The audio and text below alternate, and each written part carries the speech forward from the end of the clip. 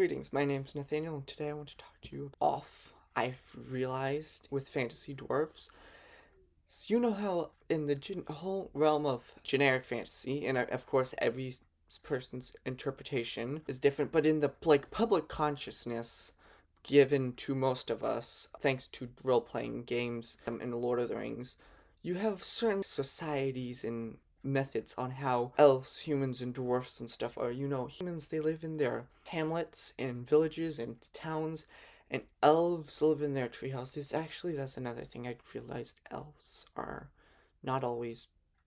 I don't.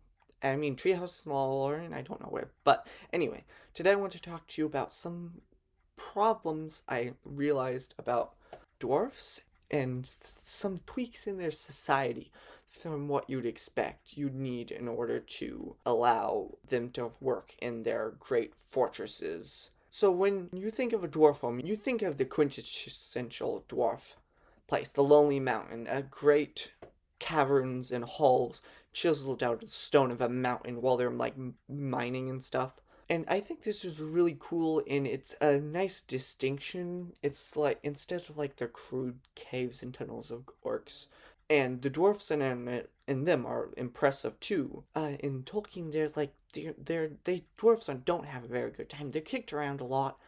They're really desperate. They went from like high and mighty things to really tiny, and like they keep losing, but they keep going at it, and they have their hard work and their smithing powers and their huge beards. I don't think I could ever get a beard worthy of a dwarf, but I really like dwarfs. They're probably my favorite creatures.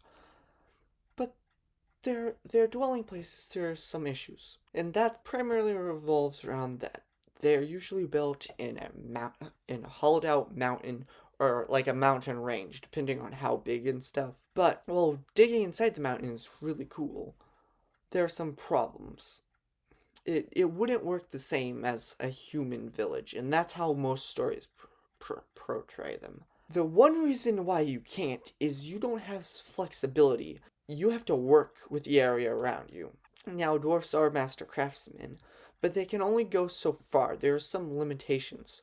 You wouldn't have flexibility. You'd have to have this houses planned out specifically where they'd need to go, and if you deviate from that, you could mess stuff up. I mean, once you mine out a room, you really can't undo it. I mean, you can, but it wouldn't look the same, and it would have issues with structure, I imagine.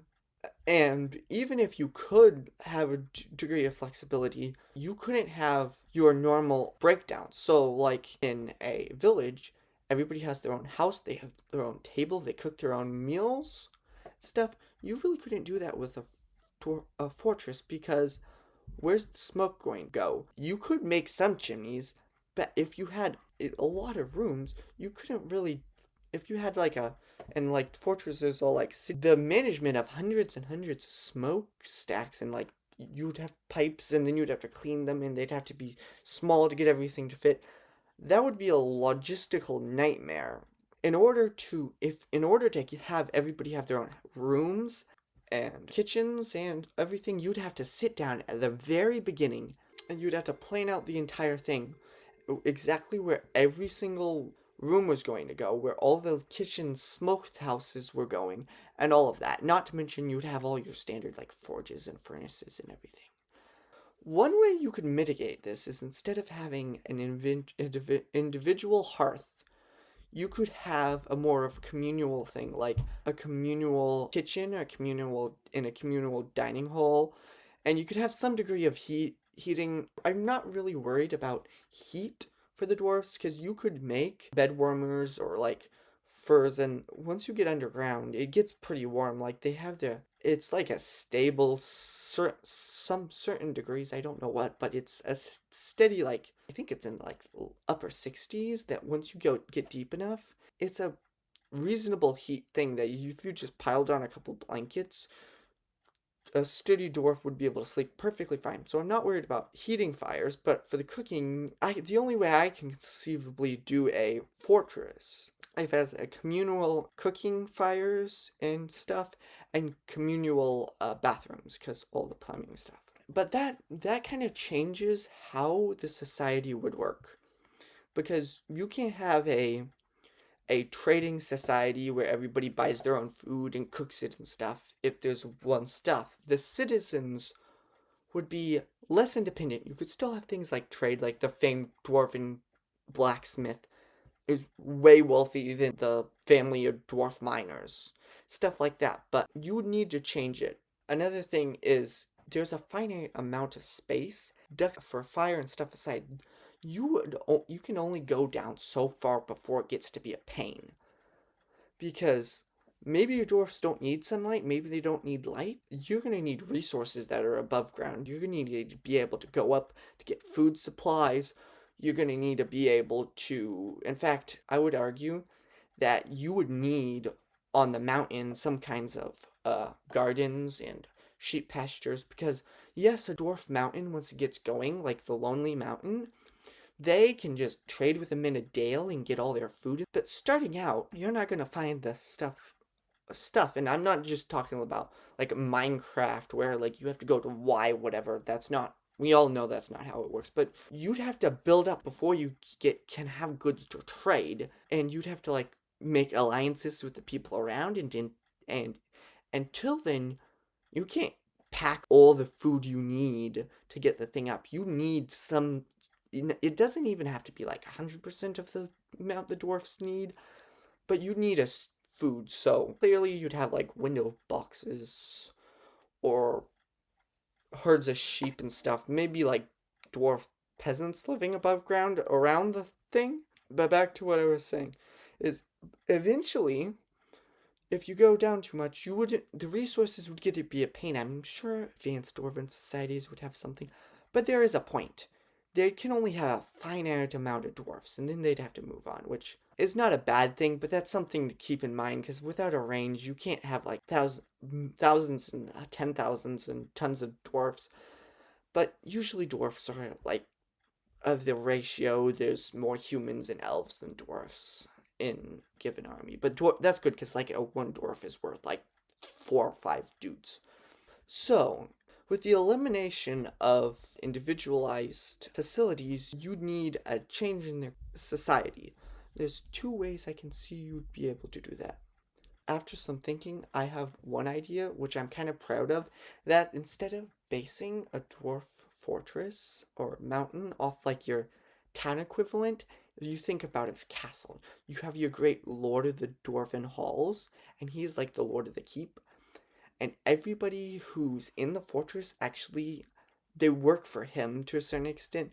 I mean, there's some ones like the castle blacksmith, yes, he did all the stuff for the Lord, but I'm pretty sure he'd be allowed to do some stuff on the side.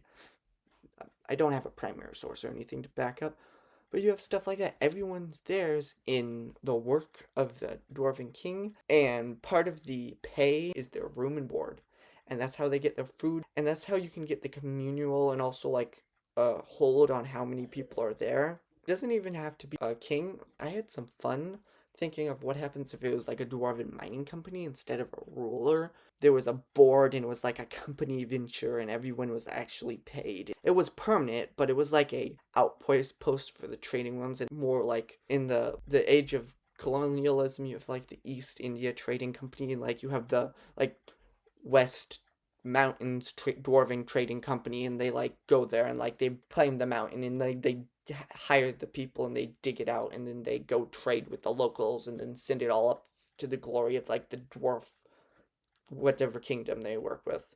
Another way, and this is more if you want to have a more democratic society, it's all they just work together. They're family. Most dwarven communities and in like the generic, it's not as much with like D&D, but I really like the Tolkien stuff. Is there like familial tribes like Thorin Oakenshield got help from his cousin Dane. I mean, all of the dwarfs in like the party were related. The dwarfs had like a tight knit community of family, and while if me and a bunch of the neighbors around, we might not get along very well if we had to all like share one kitchen and whose turn it is to pay the groceries and whatever, and that guy needs to do his fair share.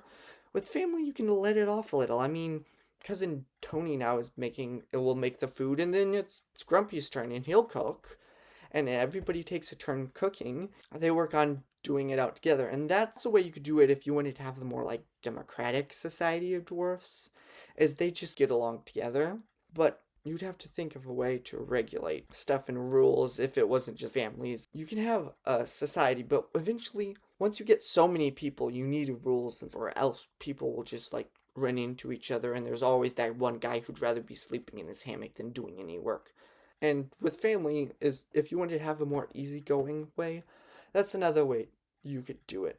Yeah, that's just my thoughts on the construction, the dwarf fortresses and the mountain holes. I really like the idea, and most stories get away with it because we don't get into the nitty gritties. They visit the dwarf fortress. They go look at the fortress. How nice. They go sleep in the thing, and then like they eat at the Dwarven King's table, and that's pretty much all we see. And you can do that too.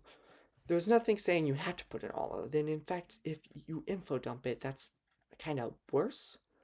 But these are things keeping in your mind. At the very least, you can know how your dwarf societies live, and it can help you understand. Because with me, when I'm writing, the more I understand, I don't always put the stuff in, but I like knowing because that it helps me get a clear picture. And if I have a clearer picture going on outside the frame, I can better do just the stuff that's in the story.